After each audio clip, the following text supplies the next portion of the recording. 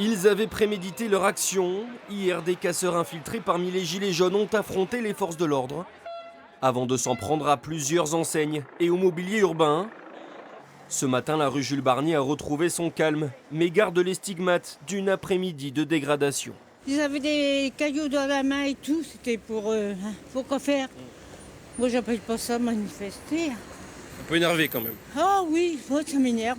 Je comprends les revendications et tout ça, mais ça discrédite un peu tout dès que c'est dans les fractures et dans la vie des gens. Je suis triste. Je suis triste parce que, bon, les revendications, certes, mais la violence, non. Parce que je ne pense pas qu'on arrive à grand-chose par ça, parce que là, c'est vraiment désolant. Principalement ciblés par les casseurs, les banques et les enseignes d'assurance. Mais les commerces environnants ont eux aussi subi le passage du cortège.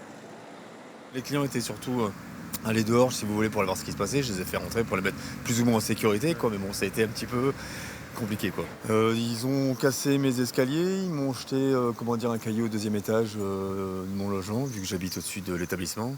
Plusieurs enseignes ont déjà installé des plaques en bois sur leurs vitrines avant les prochaines réparations.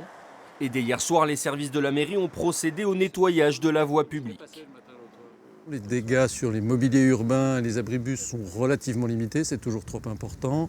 Il y a 2 abribus qui ont été abîmés et puis quelques mobiliers urbains. Il y avait eu quelques dégâts fin décembre sur les manifestations des Gilets jaunes, mais c'était encore beaucoup plus limité. La mairie d'Amiens a d'ores et déjà annoncé porter plainte pour les dégradations et fournira les images de ces vidéosurveillances à la police.